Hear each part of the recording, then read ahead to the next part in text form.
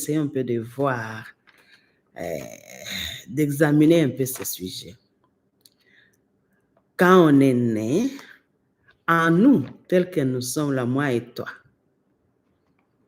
il y a des capacités qui sont naturelles, qui sont en nous. Il y a aussi des capacités spirituelles pour ceux qui croient que Dieu existe et il est maître de notre vie. Vous comprenez? Alors, dans notre vie, chacun dans son domaine, il est occupé à quelque chose pour survivre. Les enfants sont à l'école, les autres têtes, les grandes personnes vont travailler, les agriculteurs ils vont dans les champs, les enseignants vont enseigner. Et chacun est occupé à sa vie. Oui, nous avons une vie quotidienne qui est normale pour chaque personne. Ça dépend de là où nous vivons et ça dépend aussi de la manière dont nous avons été formés. Alors, la détermination m'a intéressée. Pourquoi? Parce qu'on doit un peu connaître ce que nous faisons. La détermination, c'est quoi? C'est une ferme. C'est-à-dire, c'est une grande intention, une forte intention en nous. Pas une intention normale comme ça. J'ai l'intention de faire le commerce. Mais s'il faut que je puisse me déterminer, c'est-à-dire cette intention-là sera maintenant très forte à moi pour que je puisse accomplir l'objectif que je vais faire, pour que je puisse accomplir la mission qu'on m'a donnée, pour que je puisse aller jusqu'au bout. Si je cours, si je suis un sportif, pour que je puisse aller maintenant remporter le prix. La détermination, c'est une forte intention que l'homme en lui-même essaie de diriger, essaie d'encadrer positivement pour aboutir à un but. Parce que cette capacité-là est déjà en toi. Ouais. Tu es né avec cette capacité-là. Mais si tu ne découvres pas l'importance de la diriger avec une intention ferme, tu auras une vie normale comme tout le monde. Et parfois, tu auras l'habitude de te lancer dans des histoires, mais en réalité, tu n'arrives pas au bout. Peut-être au cours de la vie, tu te décourages, tu arrêtes. Peut-être. La détermination. J'ai un peu quelques versets bibliques que nous allons un peu décortiquer. Nous sommes dans Éphésiens. Et là, on nous dit, Éphésiens 4, 13. On dit, je puis tout par celui qui me fortifie. C'est tout, je peux faire. Même remporter le prix, oui, je peux. Même arriver à un bon résultat, je peux. Je puis tout. Il n'y a pas d'exception. Tout ce qui m'est donné, tout ce qui est sur mon chemin, tout ce qui est dans mon domaine, dans mon cercle d'activité. Si je suis une maman, c'est que je peux réussir dans mon foyer. Si je suis un parent, c'est que je peux réussir à diriger mes enfants, à les instruire sur la voie de Dieu, à les conseiller. Je puis tout. Si je suis un commerçant, je suis capable de tout. Donc, il n'y a pas de découragement dans la détermination. La détermination. Une forte intention d'accomplir ce que je veux faire, d'accomplir un objectif. Ouais. Alors, pour être déterminé, il faut qu'on sache pourquoi on veut être déterminé sur quoi. On doit avoir un domaine dans lequel on va être déterminé. On doit avoir un objectif à accomplir. J'ai pris tout. Tout en quoi? Qu'est-ce que tu fais? Alors, si tu toi maintenant, dans le cadre de ce que tu fais, de tes activités journalières, de ta vie quotidienne, in everything you're doing, you see, c'est que peut-être ce que moi j'ai fait, c'est différent de ce que toi tu fais. Avant qu'on puisse décortiquer ce sujet, tu es dans quel domaine?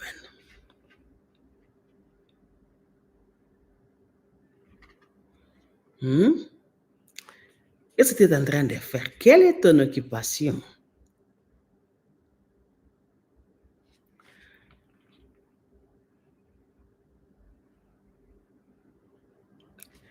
Bonjour, Monsieur Serge. Je te vois en ligne. Hein? Et bonjour, les autres sont en train de nous voir. Merci beaucoup. Aujourd'hui, nous parlons de la détermination. Tu es dans quel domaine, mon bien-aimé? Choisis. Donc, tu connais là où tu es et dans quel domaine de la vie tu es. Qu'est-ce que tu es en train de faire chaque jour? Vous voyez. Maintenant que tu peux te situer dans ton domaine, parlons un peu de la détermination. Vous verrez que même si toi tu es dans un domaine différent de l'autre, mais la détermination a vraiment des points communs. Des points communs. La détermination a des synonymes. Vous voyez? Il faut savoir ce qu'on fait. La persévérance, c'est parmi les synonymes de la détermination.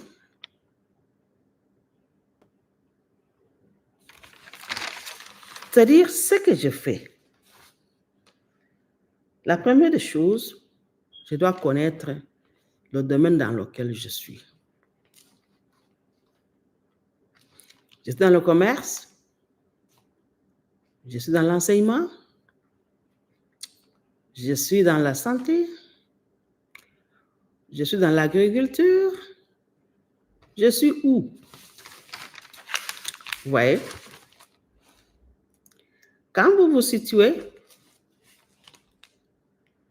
ayez la curiosité de voir comment les autres personnes qui sont dans le même domaine que toi sont en train d'agir, sont en train de se comporter. Vous voyez? Tu es dans l'éducation, tu enseignes, vois aussi comment les autres personnes qui enseignent, comment ils agissent, comment ils prospèrent, comment ils planifient.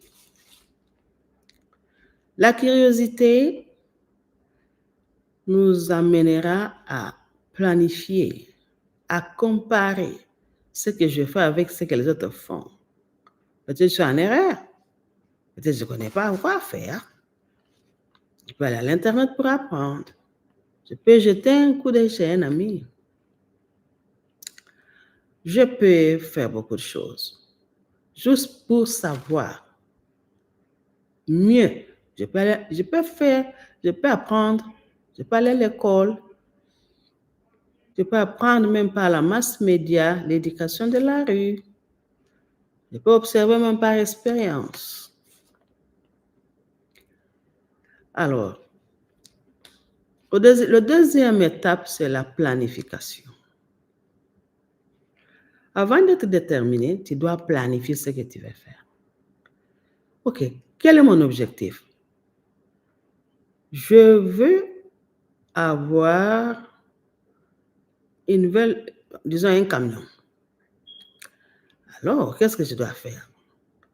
Dans quel domaine je suis? Oh, je suis dans l'agriculture. Je dois travailler fort pour avoir l'argent afin d'acheter un camion. Un exemple. Alors, qu'est-ce que je dois faire? La première des choses, je dois économiser.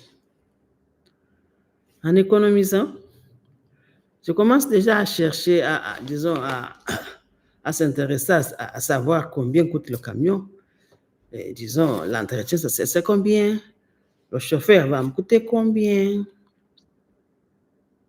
OK, maintenant, je dois faire un champ de maïs pour récolter afin d'acheter un camion.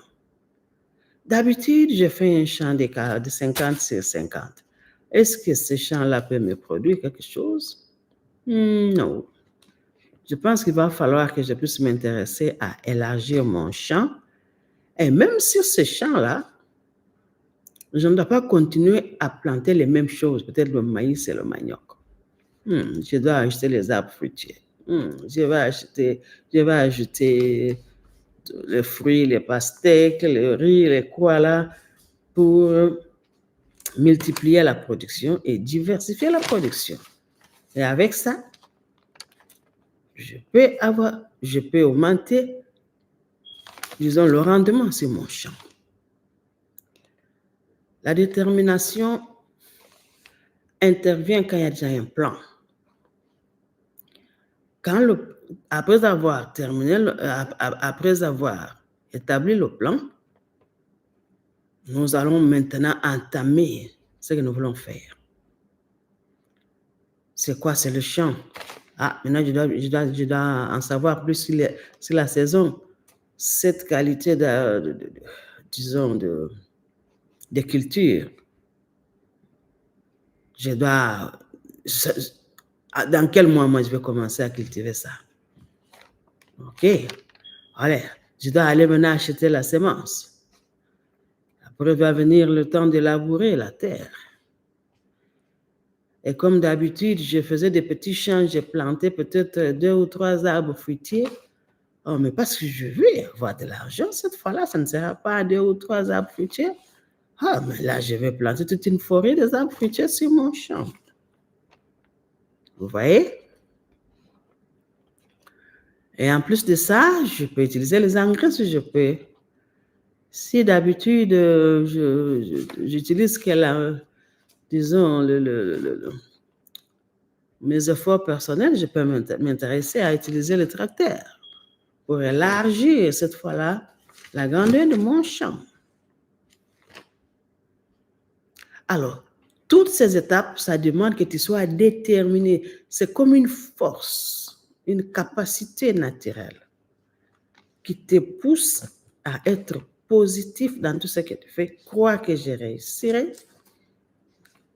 Planifier, contrôler le temps, ne pas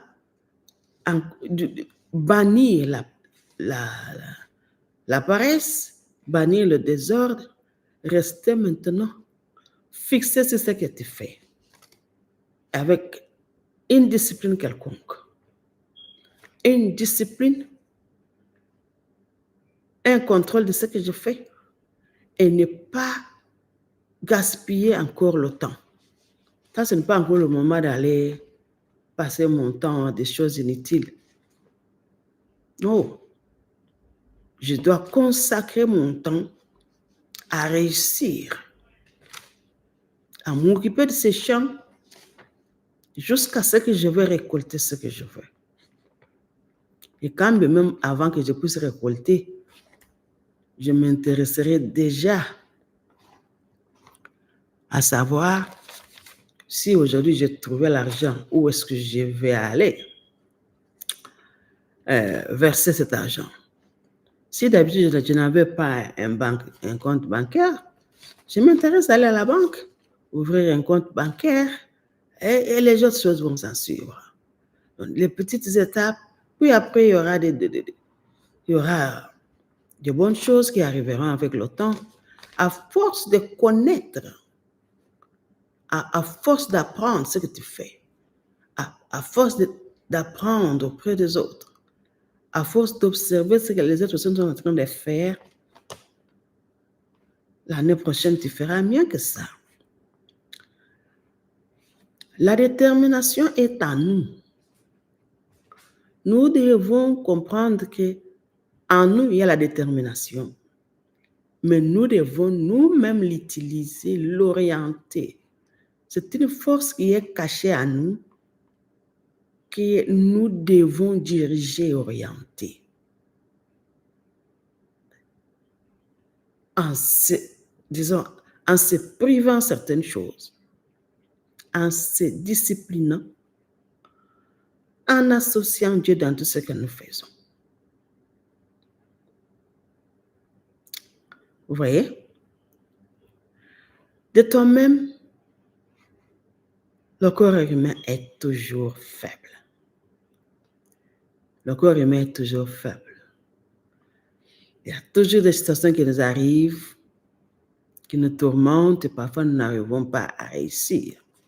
Raison pour laquelle nous revenons à ce verset qui dit que je puis tout par celui qui me fortifie.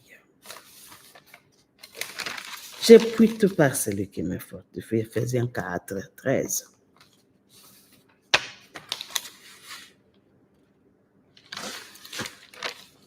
Nous sommes...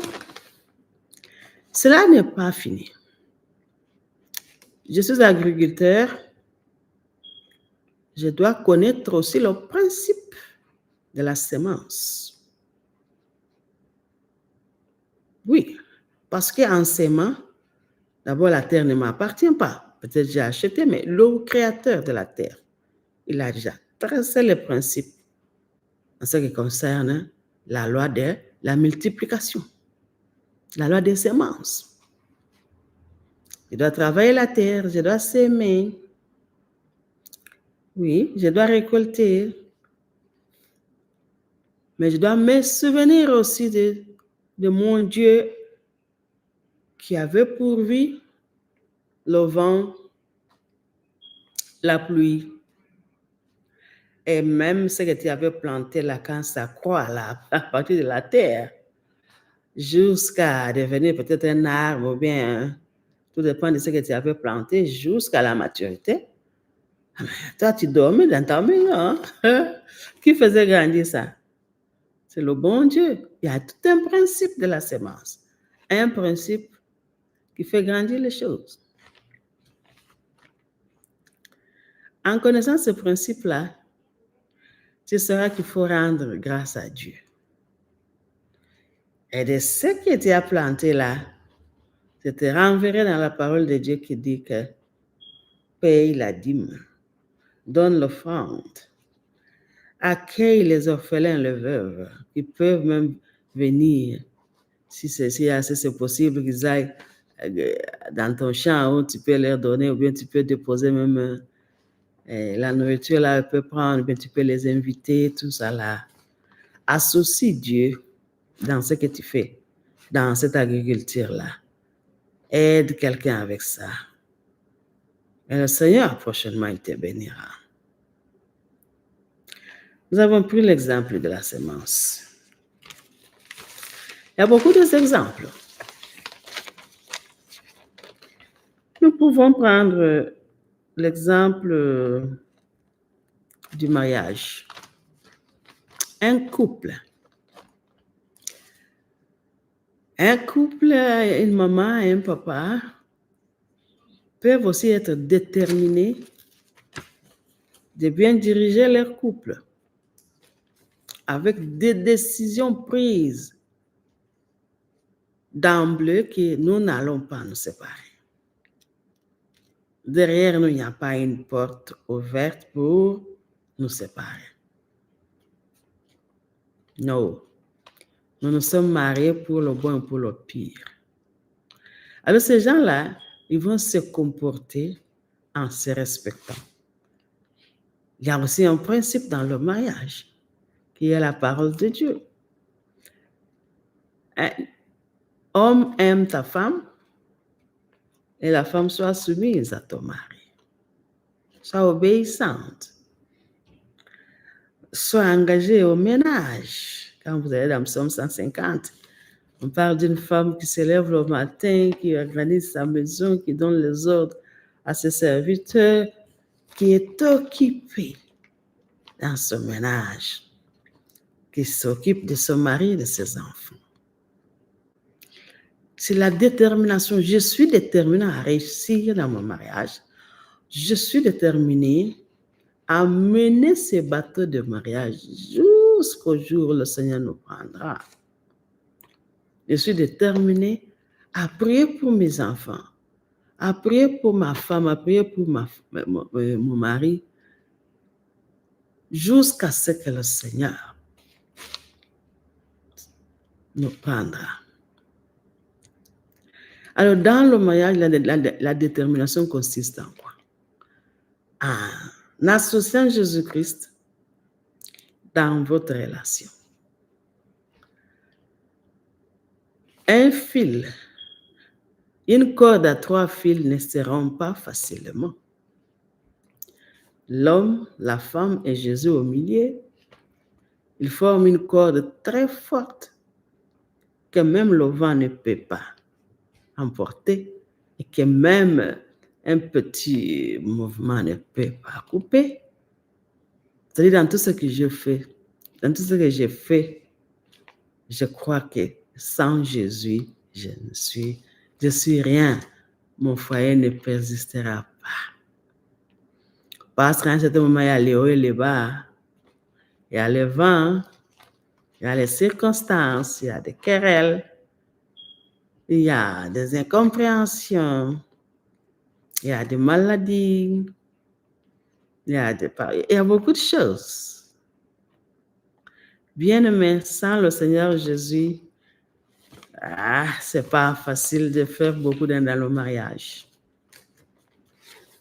Je parle avec expérience parce que nous sommes là, ça fait plus de 30 ans qu'on est là dans le mariage.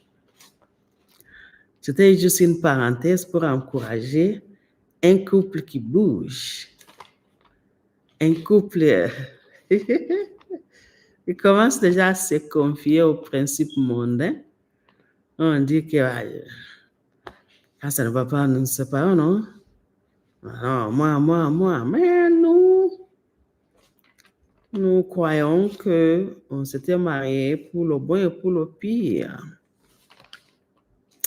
Bien aimé, nous parlons de la détermination. Je prends ce petit exemple pour montrer que même dans le mariage, même dans nos relations quotidiennes, nous devons être déterminés. Il faut qu'il y ait cette détermination-là. La détermination va nous pousser à nous pardonner. La détermination va nous pousser à travailler. Chaque personne va travailler. L'homme va travailler selon ce qu'il peut. La femme, je ne sais pas, chacun dans son domaine. Si elle est ménagère, elle reste à la maison, alors elle va faire tout pour supporter son mari. Bon, ça, ce sont des choses à laquelle on est habitué. Chaque personne sait comment il s'arrange. Il s'arrange pour gérer sa famille. Mais il faut qu'il y ait une détermination, c'est-à-dire une volonté, une décision de réussir, quelle que soit la situation. Il va arriver même que nous pouvons avoir les enfants, quelques-uns de nos enfants, nous pensons bien les orienter, mais peut-être à la puberté, ou à l'adolescence, et il y a le vent qui les emporte, la rébellion, la révolte. Cela ne nous empêche pas d'être déterminés à prier pour ces enfants-là, jusqu'à ce que le Seigneur va intervenir dans leur vie. J'avais suivi l'exemple d'un homme de Dieu de Burkina Faso. Je ne veux pas citer le nom des hommes de Dieu. Alors, ce papa-là disait ceci.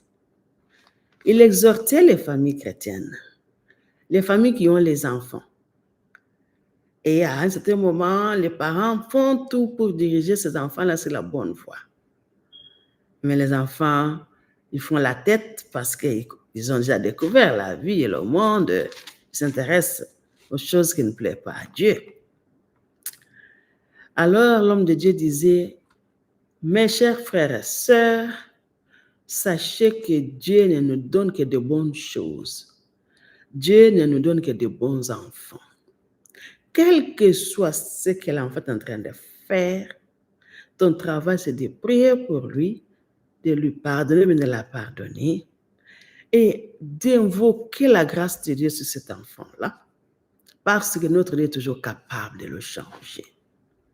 Alors, il avait comparé la vie d'un enfant qui est en révolte à l'or, l'or brut, l'or là, le gold, que les mamans, les gens font les affaires avec, ils s'habillent, ils font ça. Les gens qui vont exploiter l'or, je ne sais pas, on l'exploite dans l'eau, dans la terre, je ne connais pas bien. Alors, il disait que l'or, quand on l'exploite là-bas, là où ça se trouve, on ne le trouve pas très propre. On trouve l'or mélangé peut-être avec la boue, peut-être avec la terre. Alors, les gens vont venir laver. Peut-être ils trouvent des grains qui ne sont pas encore, disons, qui ne sont pas clairs, qui ne sont pas bons. Alors, il faut amener cet or-là chez les forgerons. Maintenant, on a des usines, hein, mais dans le temps, les gens allaient chez les forgerons. Ils travaillaient. Et enfin, ce qui sortait de l'or-là, qui était mélangé avec le sable, avec la boue, ah là, tu ne peux pas encore reconnaître. C'est peut-être des bijoux, c'est peut-être des ustensiles, c'est peut-être, je ne sais pas, les gens qui aiment les ors, là. Ça brille, c'est bon, c'est même précieux, tout ça, là. Le travail que le forgeron a fait a transformé cette masse brute-là, qui était mélangée avec la boue et avec la terre, en or pur. C'est ça la vie de nos enfants. L'enfant, même s'il est comment, même s'il tombe, même s'il est... Nous avons un Dieu qui est capable de le redresser, de la redresser, de la retravailler, de la rendre encore pure et utile à la société. Mes chers frères et sœurs,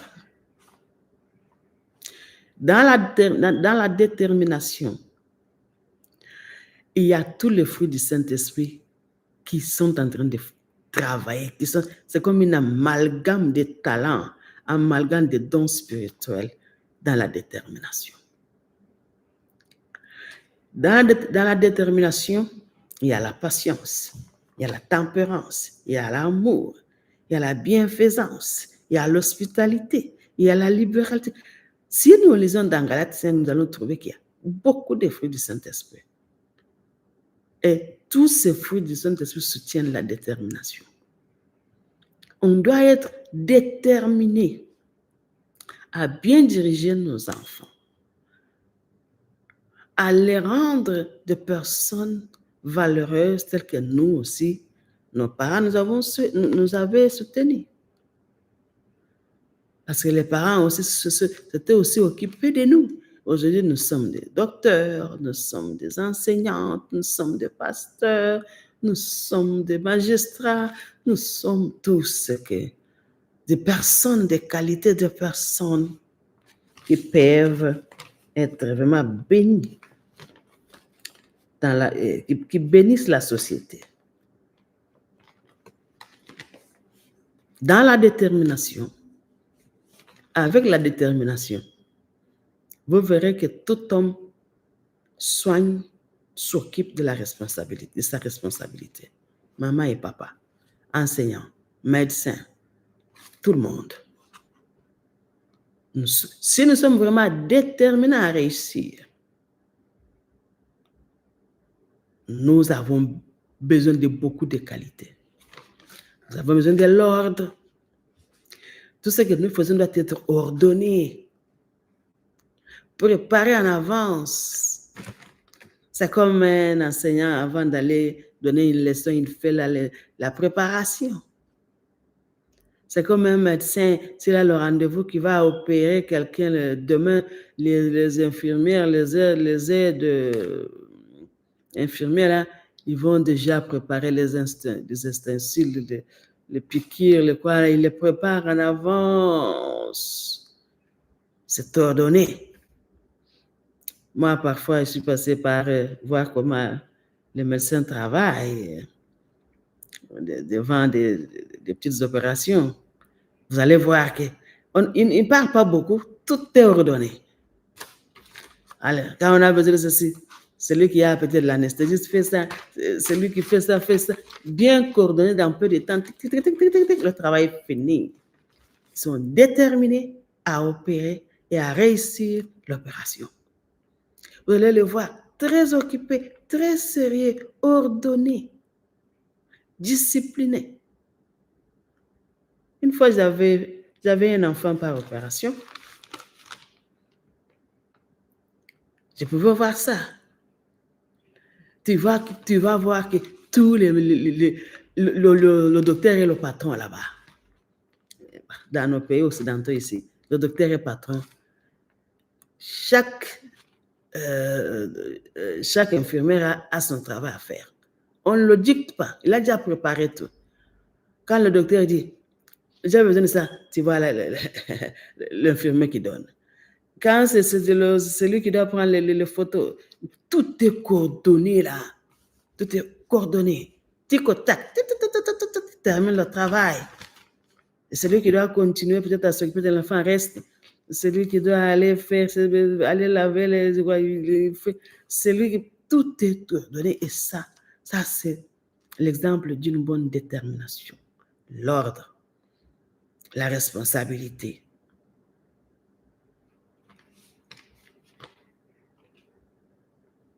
Vous voyez? Et là seulement, c'est comme s'ils déversent les connaissances qu'ils ont apprises là dans leur domaine médical. C'est comme si, disons, l'intelligence se chevauche. Celui qui connaît à faire ça, fait ça. Celui qui fait la radio ici, fait ceci. Non. Nous, dans nos pays ici, je félicite ces bien-aimés, la manière dont ils travaillent dans les hôpitaux. C'est bien ordonné, sur ton rendez-vous, tout est fait et en ordre. Quand c'est terminé, c'est terminé.